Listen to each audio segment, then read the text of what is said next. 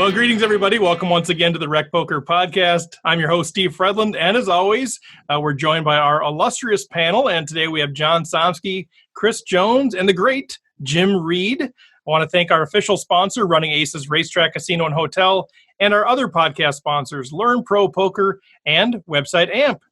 This is episode 178. And today we've got the great Nate Meyvis. Excited to chat with him. Just real quick before we get to that, as you guys know, go to rec.poker/resources. Everything we have is out there. All of our partnerships, all of our codes to get you discounts, everything is out there. So go check that out, rec.poker/resources. Specifically, you can check out Red Chip Poker. You get 1 free week of core if you go to Red Chip Poker and you use the code RECPOKER. So that's our big thing that we're sort of highlighting this week. But with that, let's come back. Let's bring in Nate Meyvis. Now, Nate is the co-host of the Thinking Poker podcast with Andrew Brokus, and he's generally a pretty smart dude, I would say. Let's bring him in. Nate, welcome to the show. Thanks for having me. How are you? Real good, man. We're super excited to have you on. Everybody's been chomping at the bit to talk to you. So where are you at right now? Where are you physically located? I'm in Melrose, Massachusetts. It's a small commuter suburb of Boston. And are you from there originally, or what's the deal? I'm from Michigan. I'm a native Michigander. I will always be a meat and potatoes guy in my bones. I'm the sort of person who thinks that the forward pass is a trick play by nature. But yeah, no, I work out here. I am in software. It's a good place to be in software. It's a good place to raise a kid. So I'm here, and I'm here to stay. So does that mean Wolverines or Spartans? I grew up kind of both. Well, this isn't a political show. You can actually take a stand here. Well, but like, it's the truth. Like, when I was young, it was the Desmond Howard years, and that was that. But then both my sisters went to Michigan State, and it was great for them. So, I mean, how about Michigan football but Michigan State basketball? Is that? Oh, there you go. A reasonable answer? That might be more aligned than with the notion of the forward pass being what you said earlier. So, a trick play. Hello, Heisman. All right. Well, I was looking at your stuff too, and I read some words, and before we get into the poker stuff, I need somebody to help me with these words. I need somebody as smart as you to talk about these words that are describing you. Philosophy with a dissertation concerning the relationship between mereology and predication in Plato's Theaetetus, while also addressing more general issues in Plato's late metaphysics. Help, please. So Plato, ancient Greek philosopher, predecessor of Aristotle, successor of Socrates. He wrote a bunch of dialogues. You may have had to read ones like The Republic in school, and you may have an idea that Plato thought that there were things called forms, that like somehow the material world around us was like sort of striving to be these idealized items. So Plato wrote late dialogues. One of his late dialogues is the Theaetetus. And in the Theaetetus, Socrates starts ranting about his dreams at some point, and it's very strange. And a lot of people who read Plato very carefully just sort of skip over that part because it's weird. And I tried to tackle it in my dissertation. And my view is that this thing where it just sort of looks like Socrates is ranting about his dreams in Plato's Theaetetus, actually he's reaffirming, or Plato is reaffirming in the mouthpiece of Socrates, some of the sort of canonical theory of forms that you might have had to read about in high school. So the mereology stuff, that's like metaphysics. That's like what is reality all about? Predication is like sort of a different part of metaphysics, or maybe philosophy of language. How are those kinds of things related to each other? And that was my dissertation. So that's a 25-cent word filled. Not to be fancy, to fit into a word limit. That was the description of my dissertation. You got it right. I was testing you, and you nailed it. That was really good. You got it exactly. Fantastic. So what's your actual PhD in? What is your PhD in? It's in ancient philosophy. I did my PhD so my PhD says, I'm not sure I've ever looked at the diploma. I think it just says philosophy though. Okay. So yeah, it's got that, and it's got the seal of Cornell University on it. So Cornell, very nice. Yeah, well, it's one of those things. I'm just, I talk poker on here, but I'm just so enamored by interesting people that have studied things that I've never even dreamt of. So I'm just super, super intrigued by what you got going there. Pretty cool. Well, and philosophers make great poker players. I think that's been established in our time, at least. Nate, I'm sure you'd agree, or at least Twitter philosophers. We try, and there's plenty hanging out in poker rooms. I definitely ran across several in the Bellagio. There are definitely more academic washouts floating around poker rooms than you might think. Yeah, when we were talking to Ed Miller, there was a little sub conversation about that as well. And particularly in the philosophy department, though, I think it's a training ground for life. Poker and life and philosophy are really just the same pursuit. So I think that's an easy marriage. Yeah.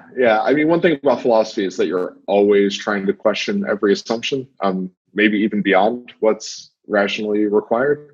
And a lot of breakthroughs in poker have come from people saying, like, wait, this thing that we think we have to do we really have to do it? And finding a lot of breakthroughs in poker don't come from finding answers to questions, but rather finding the right questions. And philosophy is some training in that. I love that. That's Nate Meyvis, everybody. This is Nate Meyvis from the Thinking Poker podcast that we're talking to here today. Now, honestly, Steve talks all the time about we should just have another podcast where all we do is talk to interesting people and we don't talk about poker strategy at all. Nate would have to be near the top of that list, I think, Steve. This is the kind of guy that I'd love to just chat philosophy with for an hour, but we should talk about poker a little for the sake of our listeners. I had one question. Go ahead.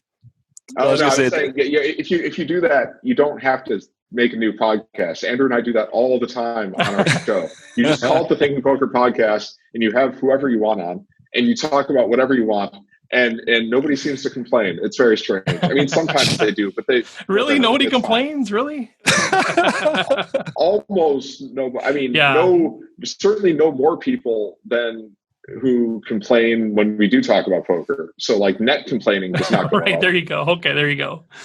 The net complaining is an important metric in this business, I think, because you're going to get some no matter what, right? Haters going to hate. And like, and I mean, you can shut down some of the haters, but it's a whack-a-mole thing and new ones will arise. There will always be some number of, of haters. So. Yeah. You need a haters tolerance that's kind of built in. Yeah. Well, I know you and Andrew recently released another Weekend Warrior premium podcast series, and you're very much as close to a Weekend Warrior as you've been in your life, I imagine. Are you? I know you're not playing live very much these days because no one is, but have you been playing much online? I wanted to talk to you a little bit about some PokerStars stuff, but I don't know if you've been playing at all online. I've been playing a little bit on America's Card Room, playing some tournaments, and as my schedule allows. I've been playing like sort of plenty of tournaments, but busting out of all of them almost immediately. So it feels like I'm not playing almost any poker, but really I'm just losing money with high efficiency. Yeah, well, it sounds like it would be another T-shirt. Process. We have this whole line of T-shirts we have to make. There's losing money in high efficiency. Yeah. Yes. I mean, Andrew and I have this way of talking. If there's a tournament that we've both entered and 198 places pay, like whoever busts out first, that person got 199th place. Yeah, absolutely. Yeah. Efficient. Yeah, plus that whole day back. Yeah, that's the way to do it. Exactly. Well, I had one question because I play online more than live, and of course now everyone's playing online. And I know different sites have different sort of payout structures and rules for how they want to run this stuff.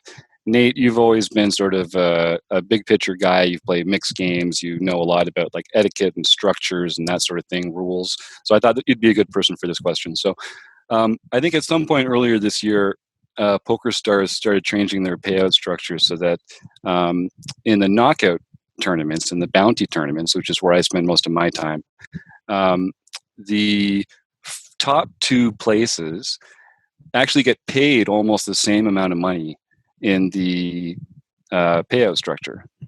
And I've never seen such a sharp adjustment to a typical payout structure. I'll just share my screen for 1 second. I know this is terrible podcasting, but yeah, for all of you that are listening out there, you can enjoy that Jim is now sharing a screen that you can't see. Suffice it to say, in a tournament here, that they've met their guarantees, but the payout for first place is $18,226, and for second is $18,213. So for a structure that for that much person there, they've met the guarantee, and everything else, the other half of it's going into the knockout pool, of course. Same for over here. And I do most of my MTT playing on PokerStars because I live in Canada. And I'm not sure if that's something that's been adopted across other sites, or if it's just a knockout thing. Have you had some experience with this, or what's your first impulse, your first take on that as a policy? I have a lot of reactions. My only honest answer is I don't know, and I specifically don't know what PokerStars is doing these days. But here are a few ways that I would immediately sort of try to think about that. One is that it's a knockout tournament, and in the progressive knockouts, like the bounties get pretty big, right? So there will be a natural sort of bonus for getting first instead of second. Second is it's a little bit like the big blind ante, where I view it as a sign of maturity in the poker world, maybe. From a marginal utility point of view, or a utility of money point of view, gaudy first places were always a bit irrational and a bit of marketing first and collective utility second. I remember we used to walk into the main events of the World Series and somebody would say like, oh, first place is only $5 million. That's only, 9.5% or something. But like the person who wins $5 million and has millions and millions more of endorsements, if he or she wants it, like that person does not need the $1 million anywhere near as much as even second place does. Quick, who got second to Joe Hashim? Yeah. Meyvis. It wasn't me. It wasn't that wasn't me. that wasn't right. Yeah, no, it wasn't me. It wasn't me. I was directly to Joe Hashim's right in one of the PCAs. And Nice. But that's a different story. So I would say that it may be a sign of maturity in the poker world, and it may be a sign that the large first places are not viewed by PokerStars as a marketing priority, or at least a marketing priority in progressive knockout tournaments. Like that's like a third way to think about it, is that some knockout tournament is not going to have the same marketing priorities as, say, the Sunday Million. And the third one is just that PokerStars is a bit of a mysterious beast these days. Poker is one part of the PokerStars empire. Last I checked, they were doing a lot of blackjack and other stuff the last time I paid any attention to this. So the next way I would sort of intellectually tackle this is to think about it in terms of PokerStars' overall priorities. But I don't know what those are these days because they don't serve me. I'm American. So those are my first reactions. Yeah, definitely, and I see the argument for it being just the bounty structure being a different way to allocate that large difference between first and second, because whoever takes out that second place player is going to get that additional pool, which makes a lot of sense. I'll be curious to see if any of our listeners are playing on other sites, or if anyone here on the panel. I haven't really been paying attention to other lobbies, but I'd be curious to see if this was a phenomenon on other sites.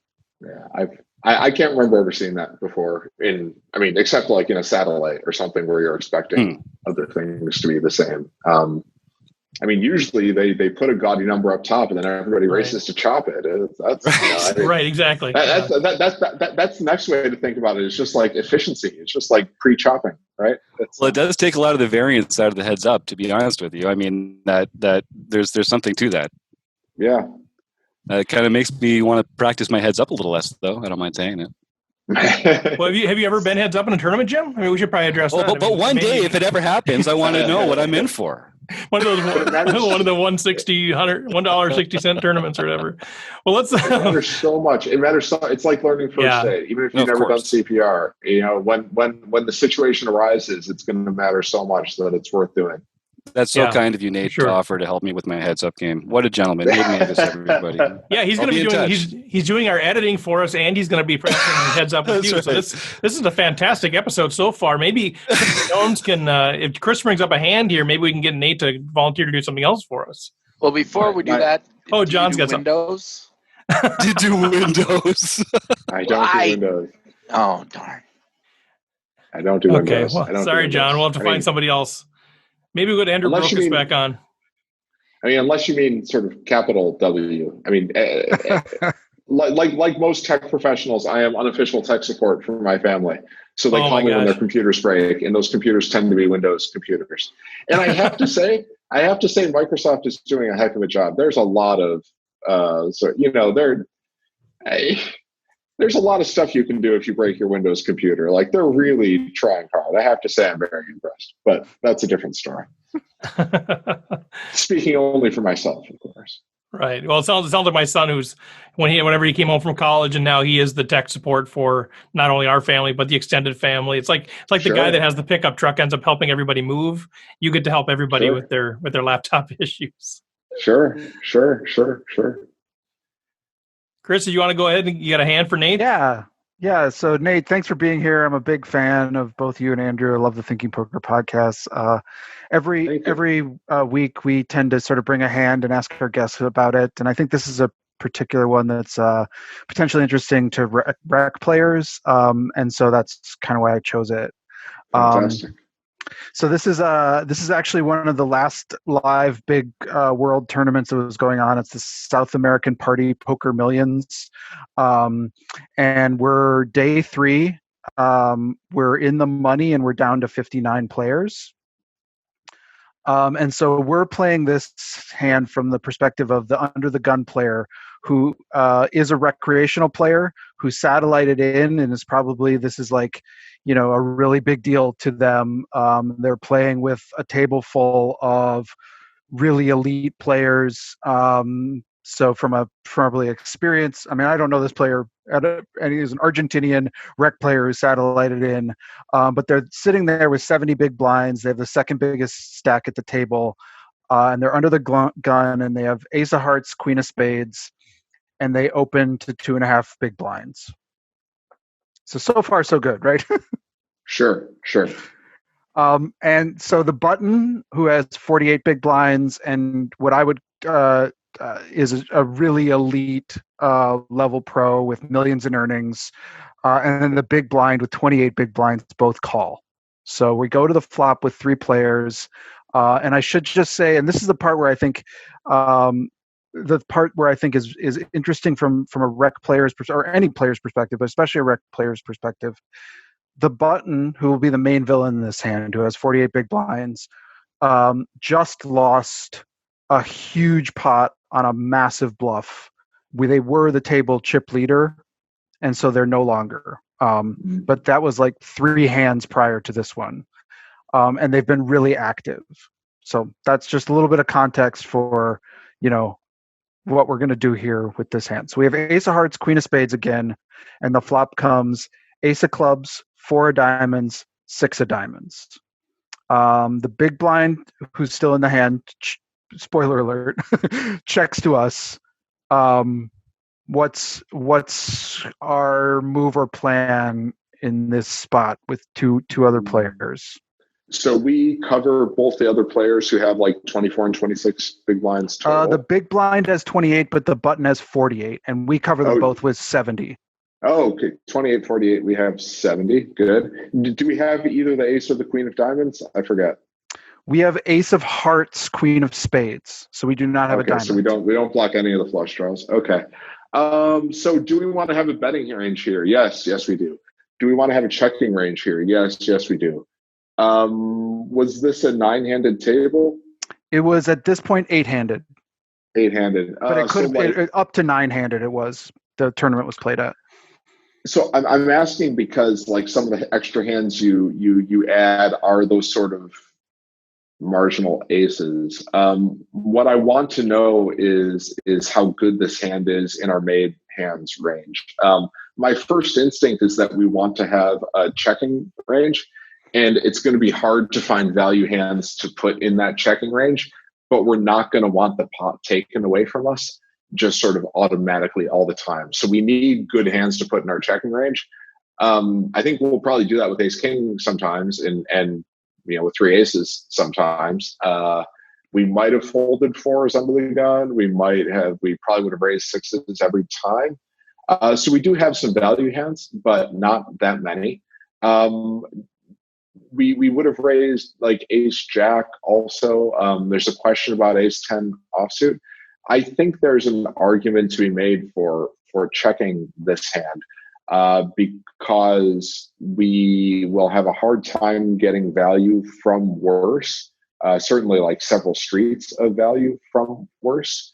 And it's a board we will need to check sometimes, like when we have pocket jacks or pocket tens, or we could show up with like 7-6 suited or something. I guess that hand wants to bet and protect, but there are hands we really do want to check with, and there are also just pure give ups that would rather get a free card than not. Like if queen jack suited or king queen suited, if that hand gets a check and then spikes a king or a queen, that's a good thing. So that's another small benefit of checking. That said, if we're raising like all our ace 10 offsuits, and I'm not sure that we are, then ace queen all of a sudden looks like then we have a lot of other aces to protect those hands with, and we can maybe fold out some gut shots, exactly 7-8 suited or 7-8 offsuit in the big blind. That's a hand that will fold, that we would like to fold as opposed to calling. So betting has that benefit. Certainly like suited aces, those hands will call, and we want them to call. That said, I think we're just not that far up in our ranges. You said the thing about the button having just lost a pot and being like sort of a world-class player or very elite. If he's really elite enough, that won't affect his play, except insofar as it makes accepted insofar as he's making second level adjustments. And I know you said they. I'm just sort of, when I say he. It was a he. It was a he. Yeah. I'm trying to hold back a little on who they are. But the interesting thing, and the reason I think I bring this up is not necessarily because I think the elite level pro at this kind of level is not going to adjust their play just because they lost a big pot. But I think from a rec player's perspective, who's sitting there thinking about a hand, and we'll see it as this hand progresses. There are some moments where, I mean, this, I can just tell you, this hand's going to turn into a major sort of like, what do we do kind of bluff catcher moment. And so the thought of somebody having just bluffed off all their chips and then are they bluffing again starts to be this sort of like thing about like sometimes you have to weigh that and say, well, they were bluffing last time, so they probably have value this time, or do you have to, and that's the kind of like some of the crux of this hand for me in some ways. Yeah. I should also say, like, when I have a really good player with position on me, who won't like always have position on me, and when I'm deep in a big tournament, like part of my analysis here is predicated on the idea that like if I were in this spot, I would probably have a pretty tight raising range here, probably over tight from a theory perspective, because like how much do I give up folding ace 10 offsuit before the flop here? Probably not that much. And like if I'm a little bit, if I got the yips a little bit about being in this spot, like there are just better places for me to find edge than 0.03 of a big blind, opening ace 7 suited under the gun when all this stuff's going on and I have really good players behind me. So, but I should really answer this question having like your correspondent or like having that person's ranges in mind and not my own. But like for me, I think ace queen is like a pretty good check here. Yeah. It's a good strong hand to put in my checking range. But that's partly given my pre-flop ranges. And if this person's opening a wider range, then ace queen starts to get a bit too near the top of it, especially like the big blind only has like 20 whatever big blinds, and then that person can jam like, some gut shots or whatever, or can have a really hard time folding any ace. Then you can start like, one problem with ace queen in this spot, if you're an under the gun raiser, is that it's hard to get big value for your hand. But if the pot is already like kind of bloated or like tournament bloated, like a whole 8.5 big blinds before the flop, and then the big blind only has like 22 behind or something, then all of a sudden, yeah, you can go for stacks against that hand, against the big blind. So you have like a pure value hand. Now, like on the other hand, you can get a lot of that money a lot of that time, even if you check the flop against the big blind. Like you only need 2 bets and not even pot size bets to get that money in. So I'm still coming down on the side of a check, but I don't think, but like a bet for the right reasons is also just fine too. Yeah, no, I tend to agree. I think this is a spot where I would probably check. Our hero in this case does bet out 4 big blinds into that pot of about 9, and the button calls and the big blind folds. All right. So, and we go to a turn. The turn is the 10 of spades. So again, our board is ace of clubs, 4 of diamonds, 6 of diamonds, now 10 of spades, and we're holding ace of hearts, queen of spades. So the pot is now 17 big blinds. The villain has 42 behind. We cover that, and our move. I mean, I'd check. We're very near the bottom of our value betting range on the flop. We would like to, we'll have some flush draws. We have some hands. We like. We certainly don't want to give up with our whole checking range. We want to have some value hands in there. This is a good one. So I would check. And the hero does check, and the hand gets more interesting, I think, on the river. So the villain bets 10 big blinds, which we call, which I think is, probably hard to argue with that. And now the river is at the 10 of hearts. So can I just say, like, it's hard to argue with that, but like that's sort of because our opponent is good.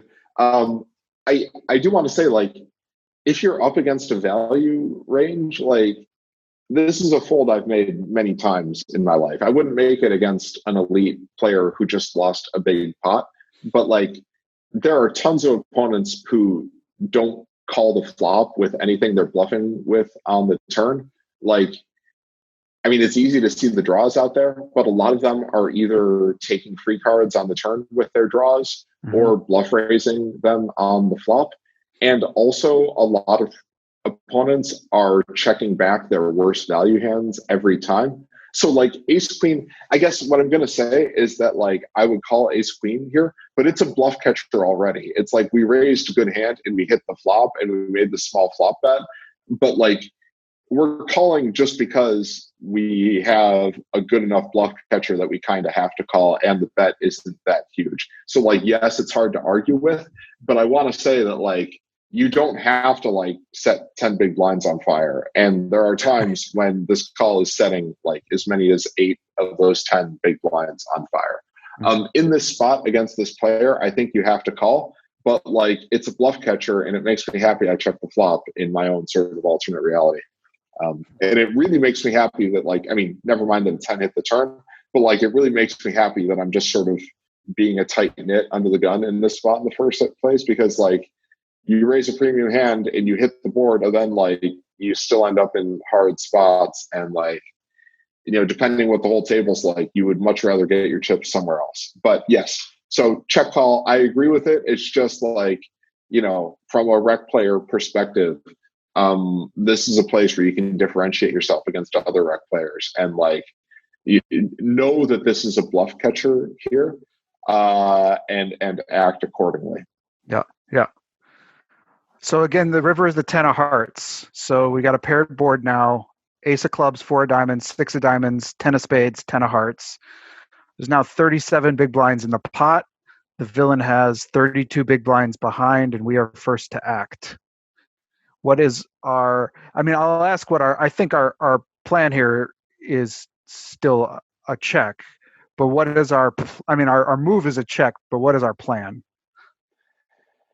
I mean, it's going to be hard to fold this hand, right? Like, what hands beat us? The pocket aces, that is almost impossible combinatorically to be out there.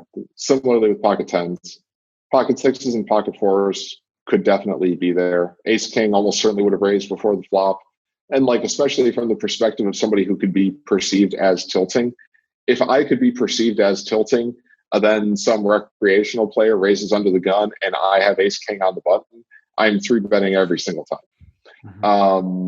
So that's that. And like, how many tens would our opponent have checked the flop with? Like, probably not that many.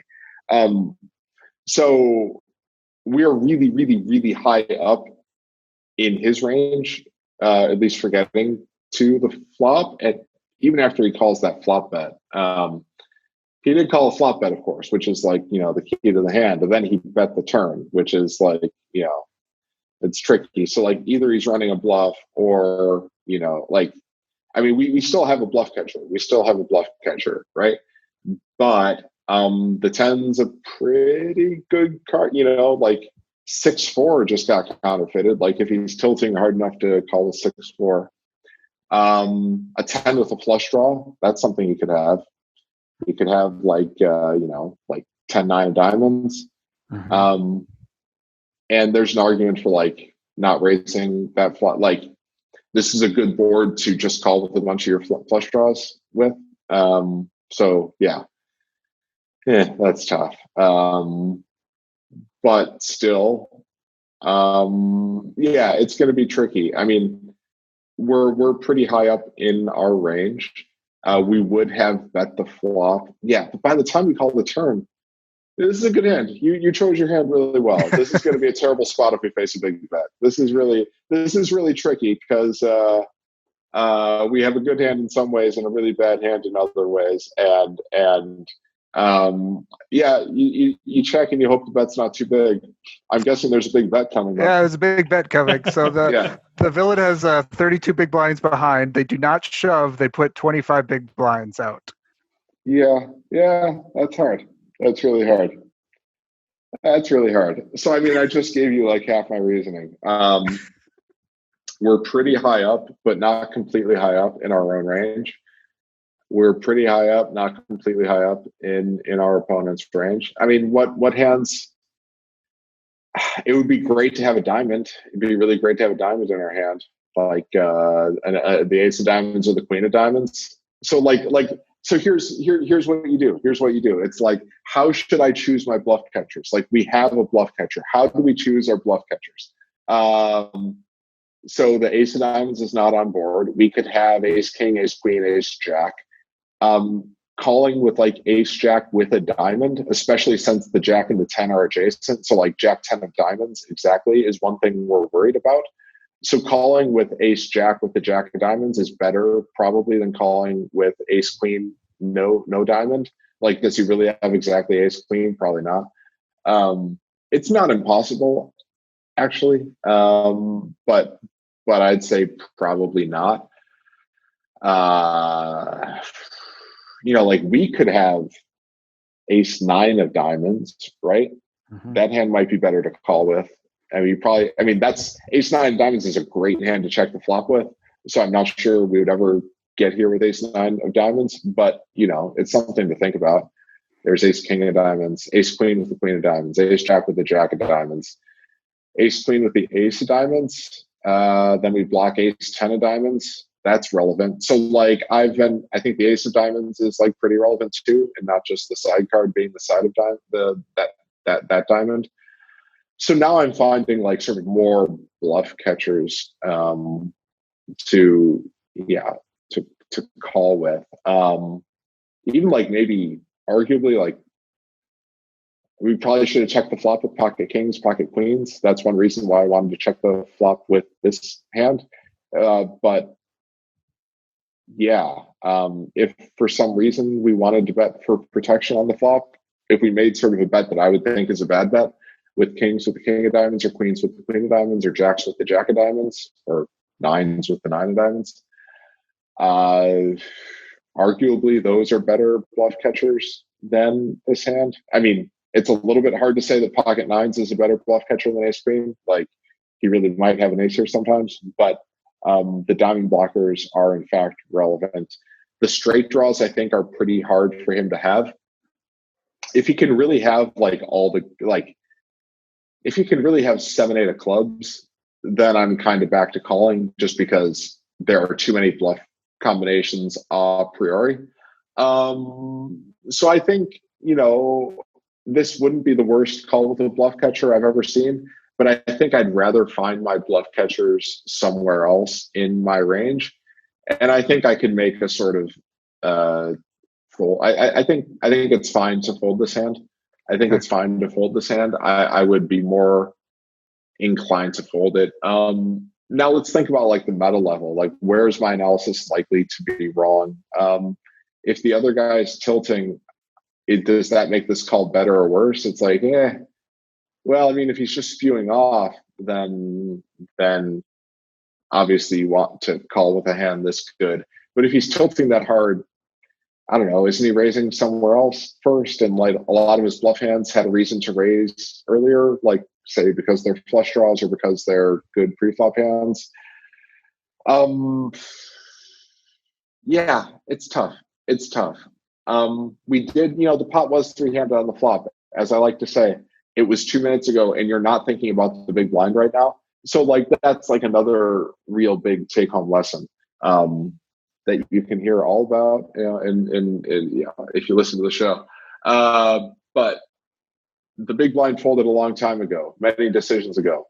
The big blind is still relevant because your bet was more powerful because it went into a 3-person field on the flop. And that big blind could have just jammed right over the button's call on the flop. So that really tightened up his range. That makes me want to fold more. Yeah, fold is my final answer. But yeah. I like it. Pain. Well, our hero does fold.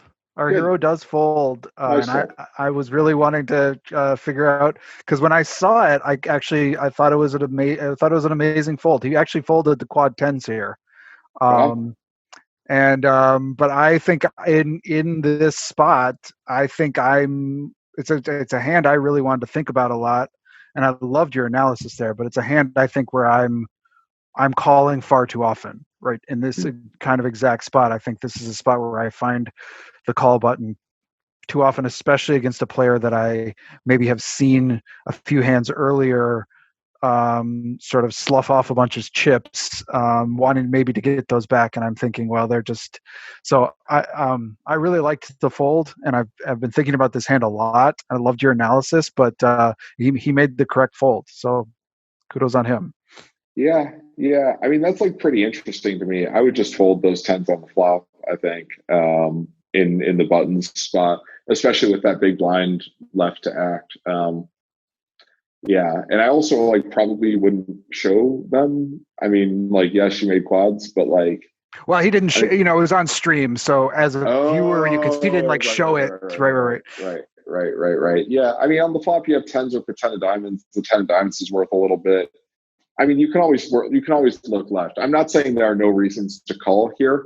I am saying like most of my reasons to call here are also reasons just to re-raise before the flop if I have pocket tens here. So like it's a strange combination to me, is calling before the flop. Like the stack sizes are a little bit awkward. So when you put yourself in the button spot with pocket tens, like why are you calling the flop? Because you think this rec player has way too many hands and is firing like way too many of those hands on the flop, right? But if he has that many hands, why didn't you re-raise before the flop? Like, yes, it's an awkward situation playing this bloated pot with pocket tens, but like you have position and you're really good, right? So that's like a bit strange to me. Also note that the big blind probably made a very profitable call and took a lot of money away from those tens before the flop. So this is like, I am not saying that the button played his hand poorly. I am saying there's like something to question there, and like frankly, tilt is a funny thing. I'm not sure that like and it manifests itself in many ways. I wouldn't be surprised if one or more of the buttons plays here was some sort of derivative of tilt or form or expression of tilt.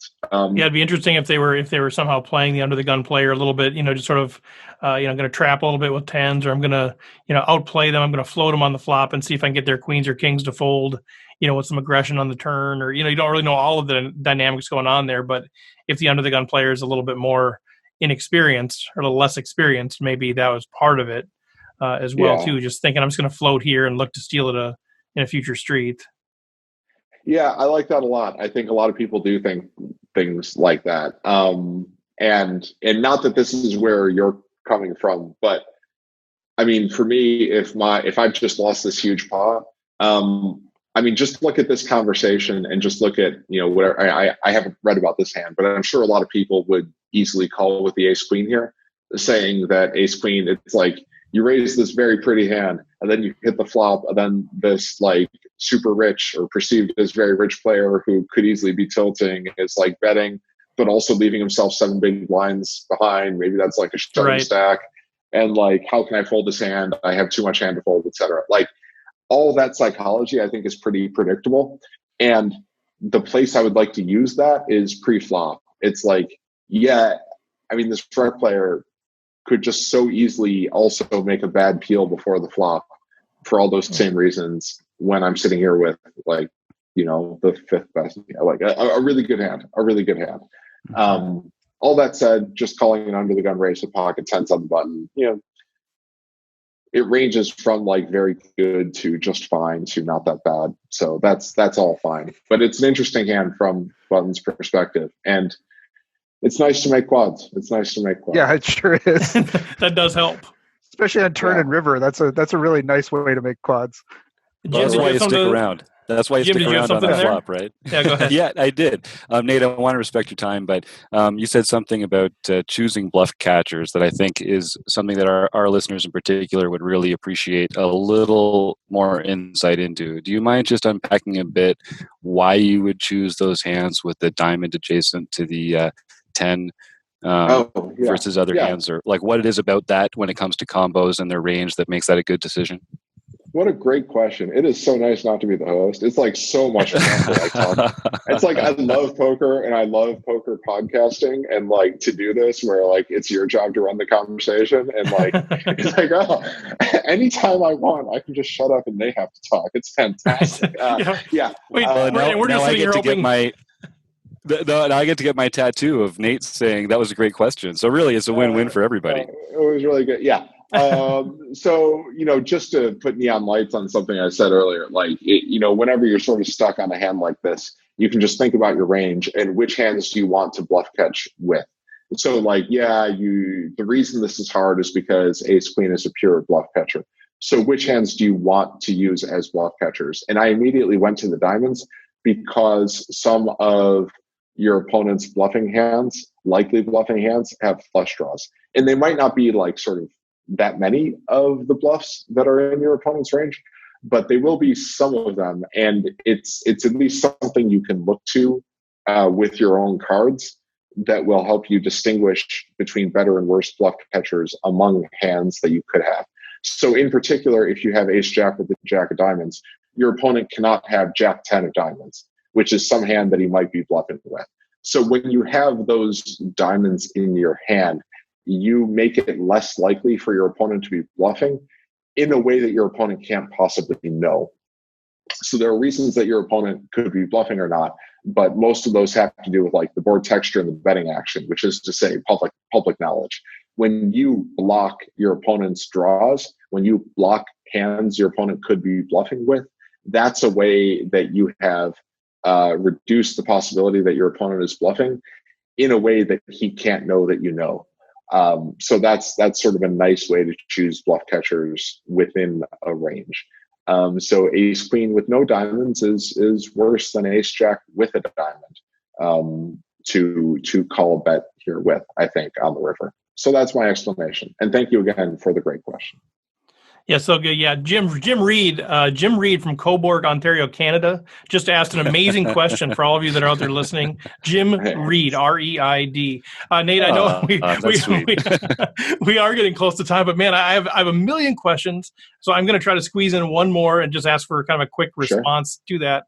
Sure. And one of the things is we've been talking a lot about tournament phases, I guess, or, approaching an MTT, and there's different phases of a tournament when you start to play a little bit differently as the tournament progresses. And here we're pretty deep in the tournament. I'm just kind of curious. I think for a lot of recreational players, we struggle with, okay, this is the hand and this is how you should play the hand, quote unquote. But there is a bigger context here of where are you at in the tournament? ICM considerations at this point, 59 players left. Can you just shed a little bit of light on how you might have approached this hand, either played it differently or just your perspective, if this was a final table or if this was like, just say pre-bubble and kind of all the other dynamics were the same, how would that impact, I guess, maybe what you opened or how you made decisions throughout the course of a hand? And I know that's a monster question, but just give us some high level hooks to hang that on. Yeah, that's really good. That helps. That's part of why I would have probably just folded like ace 10 before the flop. So it with what there are 59 players left, something like that. So, you don't want to bust, you really don't want to bust. It makes the fold a little bit easier. It makes, I would have to know a little bit more about the average stack and some of the stuff about pay structure to give a really great answer here. But those tiny edges you get from raising the most marginal hands under the gun, those turn into either much better or much worse plays depending where you are in the tournament. So if you're in a spot where you can put pressure on a lot of the other stacks, then some of those marginal opens ace 10 offsuit become really good. On the other hand, if you have, say, elite players who cover you and have position on you, and you're deep enough that they can really leverage you later, then then you want to be folding a lot more. So we talked about the big blind possibly moving all in on the flop. That will become either a stronger or a weaker play depending on specific tournament dynamics. If he has a reasonable chance of outlasting, say, 5 or 10 players really easily, maybe he's not looking to jam 24 big blinds in the pot. On the other hand, he's got to get chips sometime. And the fact that it's 59 players left and not 20 makes a really big difference. He's got to get those chips sometimes. So those are a few things I would be thinking about. You really also want to know other stuff about the table and the table dynamics. Other tournament considerations that are very real but less sort of formal or mathematical are where are your chips coming from and where's the money at the table? Are you going to be in good blind defense spots a lot? Are you going to be in good blind stealing spots a lot? And the quality of those situations and what the stacks are of say the weakest players at the table, that's going to make a big difference to the practicalities of these decisions.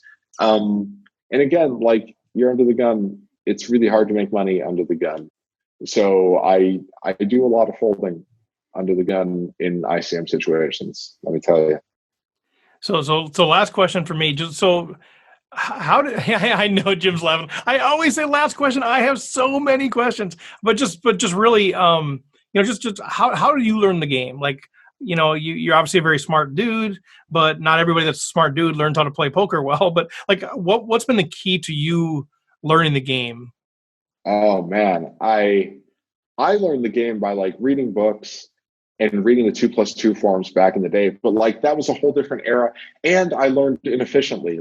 I loved learning it. And it was intellectually stimulating. And I met all these friends and it was great. And I felt like I was in the center of this intellectual revolution in this great American tradition. And that's all awesome. But that was 3 revolutions ago.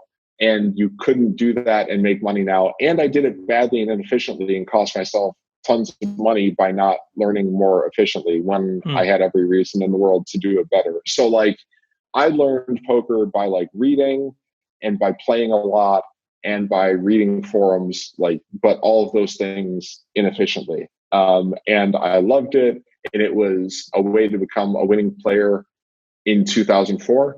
But that's my answer. That's my honest answer. And that is not any kind of claim that you could do those things now and become a winning player by doing them.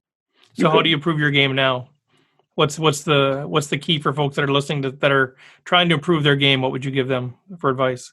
I mean, you can still read books, but they should be better books. I mean, the quality of training materials out there is like a lot better. It's a lot better. So like, I think you have to study the game systematically. You don't have to be a game theory expert, but you do have to know what a range is. You do have to be thinking in terms of ranges. It's, how do you eat the proverbial elephant one bite at a time? But like, just be aware you have to eat more of the elephant than you used to have to. So like read the good books, study the good training videos, and like really what's really different is that you can't be satisfied doing some things well and having huge leaks in your game and still think you can win just by doing the things you do well, really well. You really will have to get a full fundamental understanding of the game.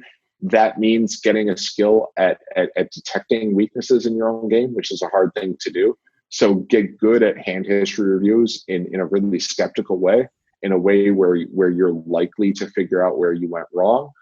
And then really sort of study the game systematically. Don't let yourself think things like, oh, these river bluffs are not very profitable. I just won't be that kind of player. Like there's just not room for that. There's just not room for that. It's a lot more like what they say about certain kinds of high frequency trading. You're running in front of a bulldozer trying to pick up nickels. It's then you trip and fall and the bulldozer runs you over. So like you can't trip and fall, and then like you also can't leave like quarters lying on the ground too. So you gotta aim to be a complete player, and you have to be very self-disciplined and systematic and self-aware and humble in your learning, and just be aware that a much higher level of fundamental mastery is required to be a winning player than used to be. But on the flip side, there's a lot more out there. Like the Rec Poker podcast, that didn't exist in 2004. You guys do great stuff. Immodestly, I think I put some pretty good stuff out there, and a lot of it's free. And certainly there are great books, and there's training videos. There are training sites. There are people who have put free stuff online. There's really good stuff on YouTube. Not all of it's good, of course, but so like it's even more sort of brutally meritocratic than ever.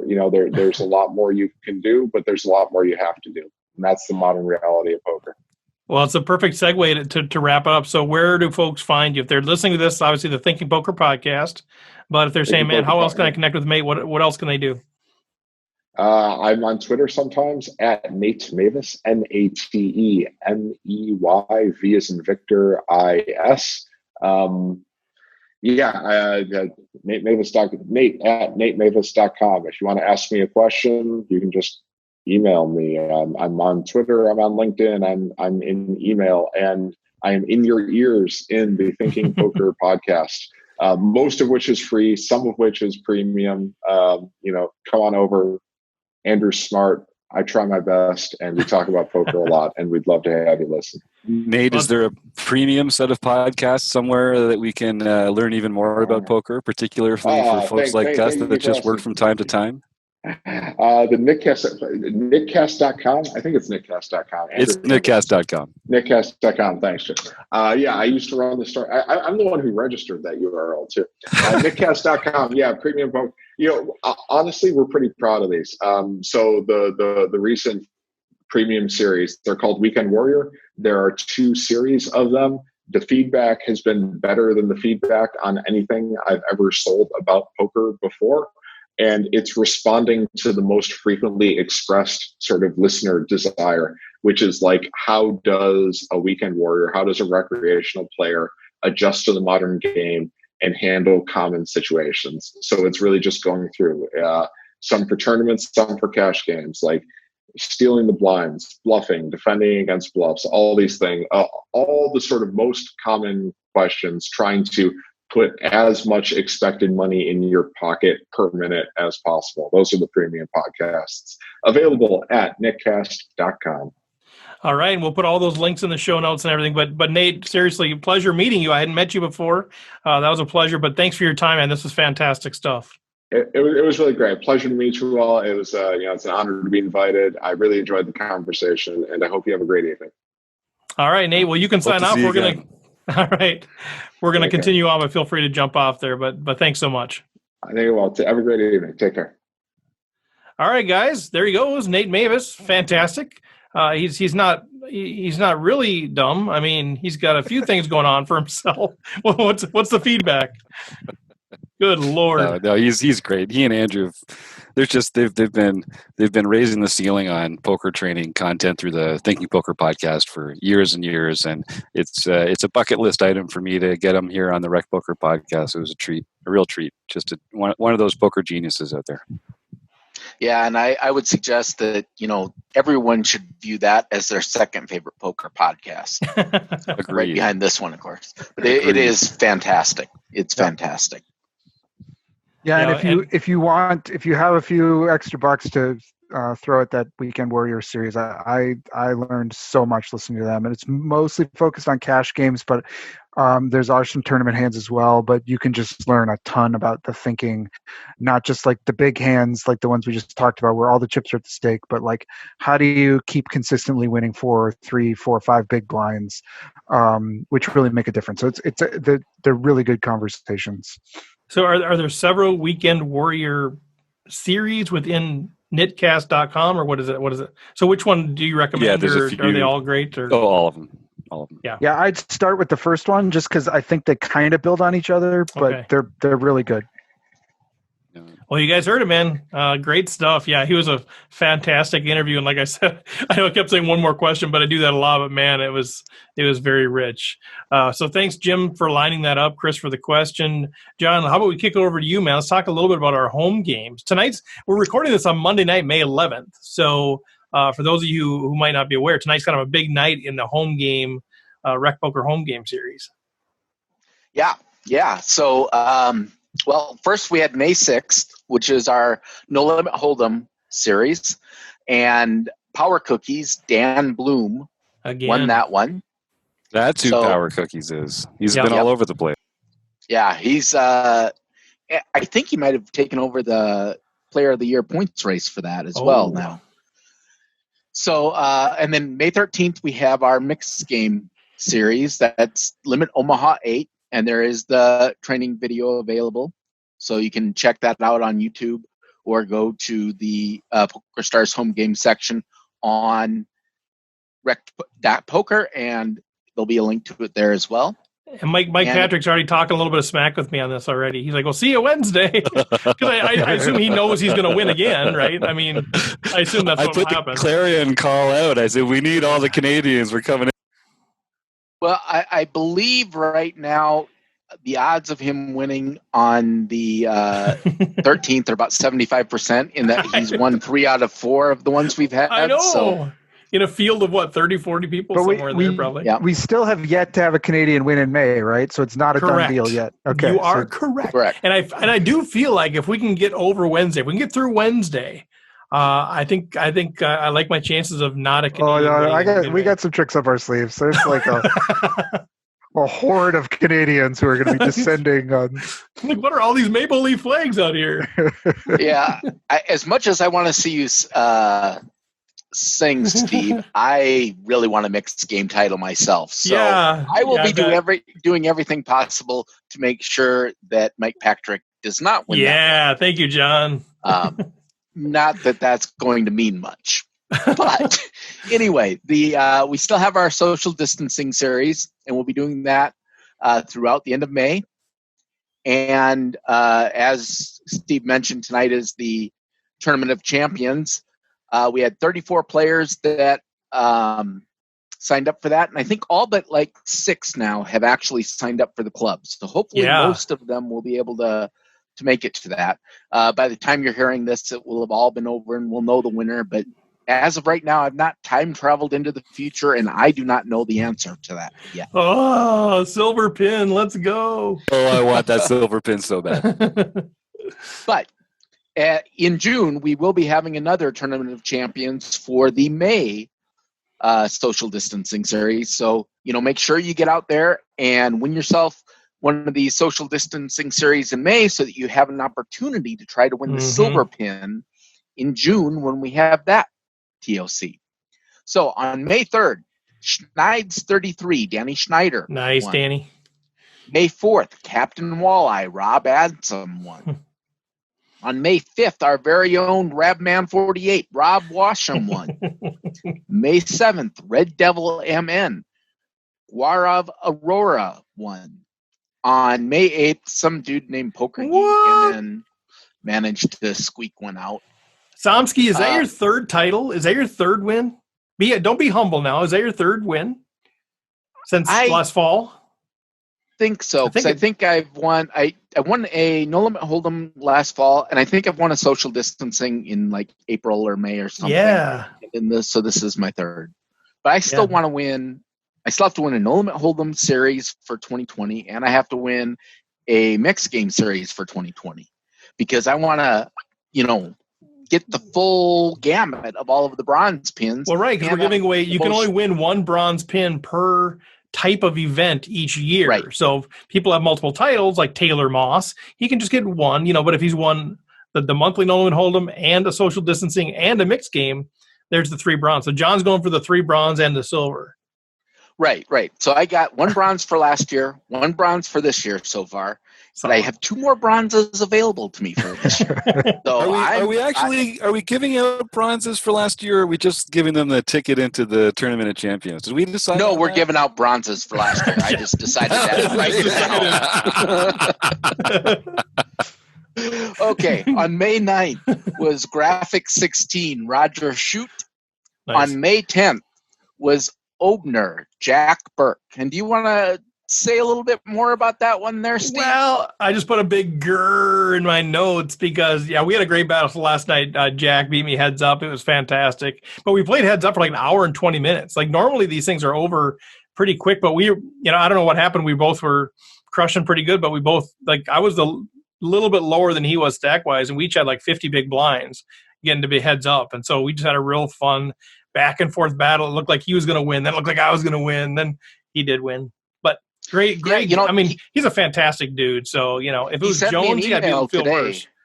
He sent me an email today, and he said, he was trying his best to let you win.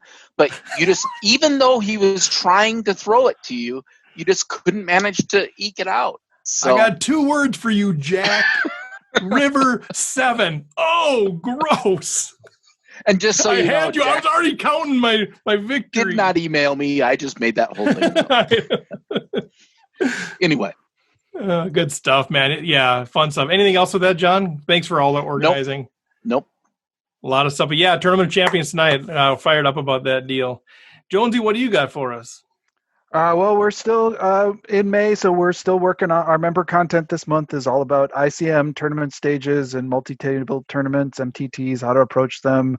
We got the seminars was great. We'll be wrapping up the month with some of that content as well.